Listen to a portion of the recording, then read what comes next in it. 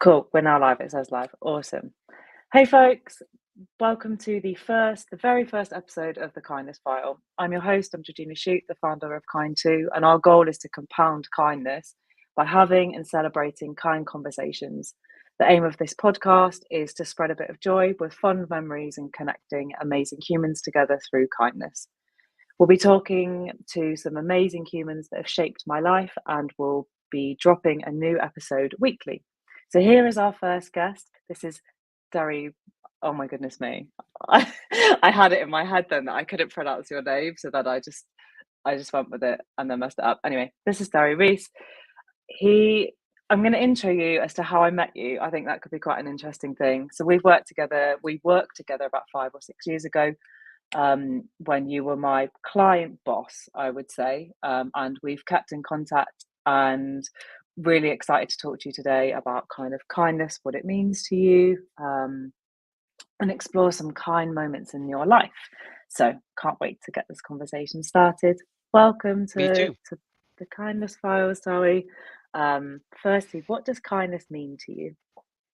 Okay, what does kindness mean to me? And thank you for a lovely intro as well, Gina. Really appreciate it. So actually, I should ask you actually, would you prefer me to call you Georgina rather than Gina? I don't know, actually. I don't mind either.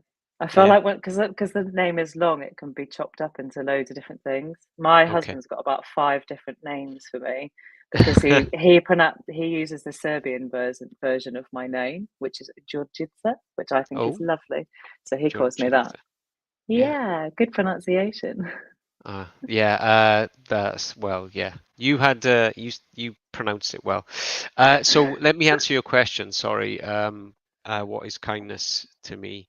Uh, Actually, when you reached out to me about this, I was wondering if I should kind of talk about it from a work perspective or from a just general perspective. And I think I would like to kind of mix in because I to me it's important that kindness is represented in the workplace as well as at when you're at home. And to answer your question, I think for me it's empathy, having empathy with others, having understanding with others, and listening as well, and active listening, not just listening and waiting for your turn to speak. That's what kindness means to me.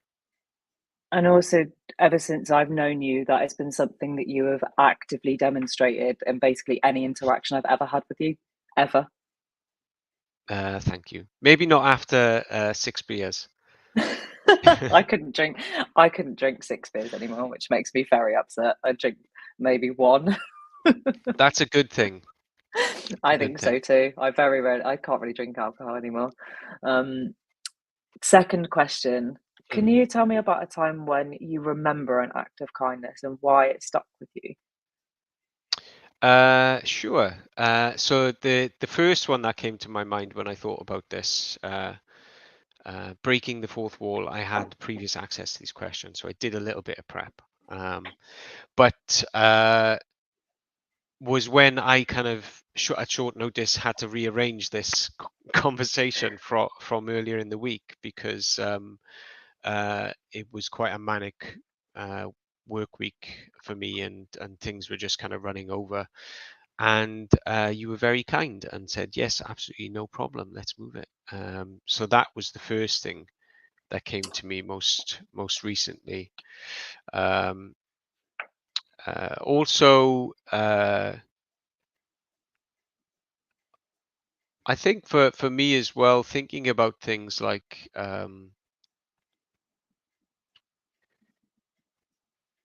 when so I as you mentioned, I live in Brighton, and there are quite a lot of homeless people living in Brighton because I guess where its situation, it's on the coast. It gets a lot of foot traffic, various and probably various other reasons I'm not aware of. But my wife Fiona, she always demonstrates kindness with anyone that we walk by, she always makes sure to actually acknowledge them and say hello, even if they're not asking for anything. And I just think, from my perspective, just that kind of act of acknowledging people and not just pretending they don't exist is a very kind act as well. Yeah, and I think also the demonstrating kindness can, for me, happen anywhere, and saying hello can be a starting point. And that, I Hmm. think, if you're in a position of homelessness, which must be a really challenging place to be, for Mm. someone to, I don't know, to acknowledge that you exist, seems to me so so important. Yet the reason I'm getting confused is because in my head it's unfathomable that people don't that feel the need to not acknowledge someone's existence. And it really confuses me. Mm. Which I'll probably edit out of this, but it really confuses my brain to not. So yeah, I I understand. Um, what would you say you're most thankful for? Mm. It's probably going to be a theme for me, I'd say, with a lot of my answers that are going to involve my wife, Fiona. But so she works for the NHS. She's a pharmacist in the NHS, and as anyone that was in the NHS during the pandemic, I've got a lot of friends who work as nurses, doctors, and yeah, just being very extremely thankful for the fact that a lot of these people, including Fiona, put in uh, more hours than they should, to basically in the world who aren't money orientated and are more kind of care orientated, and are prepared to put the effort in and support an organization like the NHS, so that we have that privilege in the UK, and that system. Uh, that's one thing, I think. And outside of that, let me think. The other answer I've got is a more work orientated one. I'm very thankful for having a very supportive team around me in my workplace. Uh, just from a perspective of, to varying degrees, there there is kindness displayed by all of them, and we are all prepared to be quite vulnerable in front of each other and share, when we have doubts, or when there are challenges at work that we need support on. And I think it would be a very different scenario if I didn't have a supportive team around me. And I have been in that position in the past, and it's not a great place to be when you're in your workplace. So Yeah, those are the things I'd say. thank you, Fiona. Wonderful human. Thank you, Fiona. And also, yeah, supportive teams make such a massive difference. I mean, you touched on what it feels like when you don't have a supportive team, and to be able to feel that polar opposite of, I feel like I'm in a place where I'm supported and can be vulnerable, and Yeah, therefore can't say the word, achieve really incredible things because we work together. agreed. Yeah. Makes such a difference. Such a difference. Um, what brings you the most joy in life? Uh, the list is probably quite long, but I'll keep it short. The thing that first came to my mind was, discovering the world with Fiona. But really just like discovering the world in general. I've been lucky enough to have opportunities to travel with work as well, and going to different places in the world, experiencing different cultures, different foods, seeing amazing sights around the world. That's something that really brings me joy. Uh, and sometimes it can just be, you know, in Brighton as well. There's a lot of lovely green spaces. Obviously, you've got the beach, you've got the seafront. Just kind of taking the time to go and sit on the beach on the lovely stony pebbles, which aren't very comfortable. As long as you take a blanket, it's fine. And just soak in the view and the atmosphere, and just take a breath. You know, I think is really important to me, and that brings me joy. And of course, I have to say video games. I'm a keen Mm, video gamer. mm. I'm You got currently a playing. favourite game? Have I got a favorite game? Yes, yes, many favorite games. I would, I think I always have to say Final Fantasy VII. I Mm, love Japanese video games, like yeah. or Japanese made video games, and that was one of the first that I discovered. Mm, Um, yeah. interesting. I did not know that about you. So I've learned something new today. And you've Mm. also helped me turn off the random things that were happening to my camera when I was putting my thumbs up. So thanks for that as well. Happy to help. I think also the nature thing for me brings me so much joy, being Mm. in a calm, natural space. And I think also with the sea, knowing that you are, for me, knowing I'm such a small fragment on this earth, and the sea really makes me feel that. This is such a vast, vast thing that you can't see the end of. Isn't It's it? a Even really even though when interesting you thing. think about it distance wise, uh, land landmass, at least from Brighton, isn't that far away.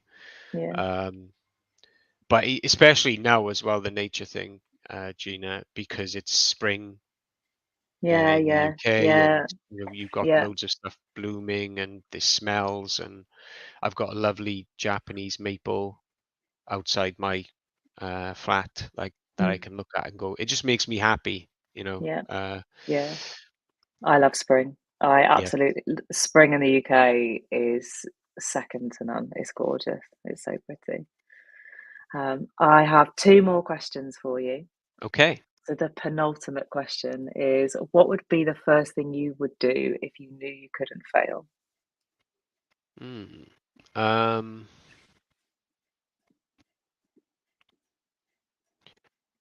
so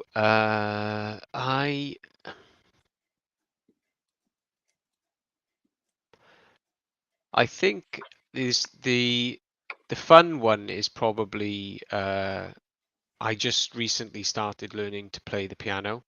I say recently, yeah, Ooh, it's been about a year now, a year and a yeah. half. And I always wanted to play an instrument. I think it started off as wanting to be in a band and be a Hmm. singer, the Yeah. lead singer in a band when I was a kid.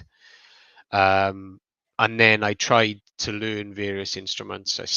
First thing was guitar, and I learned that for about 3 months and just didn't have the patience. And then drums, and obviously, well, in the UK at least, music is something you have to do as a mandated lesson, at least in the school I was in, until you get to like around, I think it's 13, and then you 14, can just before you choose. take your options, isn't it? Yeah, exactly. And then you choose what you want to do. And I chose not to progress with music. But anyway, the point I'm making is I always wanted to learn an instrument. And I always wanted to learn the piano. But I had this ridiculous notion that I would be no good at it because I don't have big enough hands. I mean, how Okay. silly is that?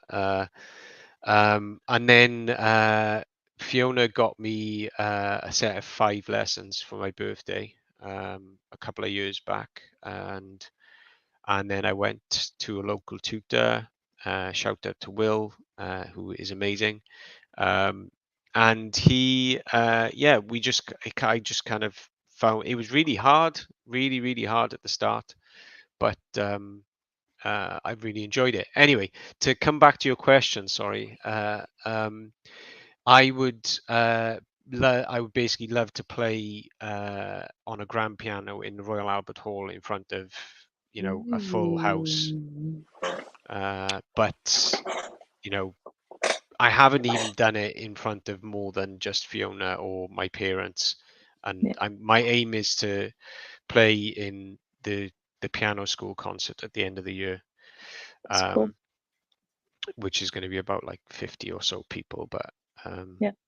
yeah, It shows the importance of small steps as well to get to, you were at a point a couple of years ago where you thought you could never play the piano, and now you've played it in front of a few people, and now your yeah. next goal is to play it in front of, say, 50, and then the Albert Hall. Such a nice building as Then well. the Albert Hall, yeah. Yeah, why not? I've Uh, ignored that there's loads of other steps in between, it's fine. yeah, indeed. Awesome. I have one final question for you. If you could write a kind note to a stranger, what would you write? Yeah. Okay. I've thought about this, and I have written something down.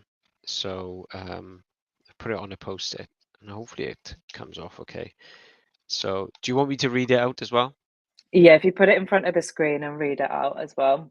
Yeah. Okay. So there we go. You bring value to the world. Um, I think everyone I think has e- everyone brings someone joy, and everyone supports someone, and I think it's important to kind of acknowledge that. So whoever's next, you bring value to the world. oh, thank you so much, Dewi. It's been my favourite part of the week doing this. I'm so happy that we've done this and Yay. been able to take the time. And next week, we're going to be speaking to Werner Smith. So he will be answering some similar questions. And yeah, thank you so much. I hope you enjoy your weekend, folks, and make this part of your Friday. So I'll catch you soon. Thank you so much. Thanks, Zoe. Bye. Bye. Thanks, Gina.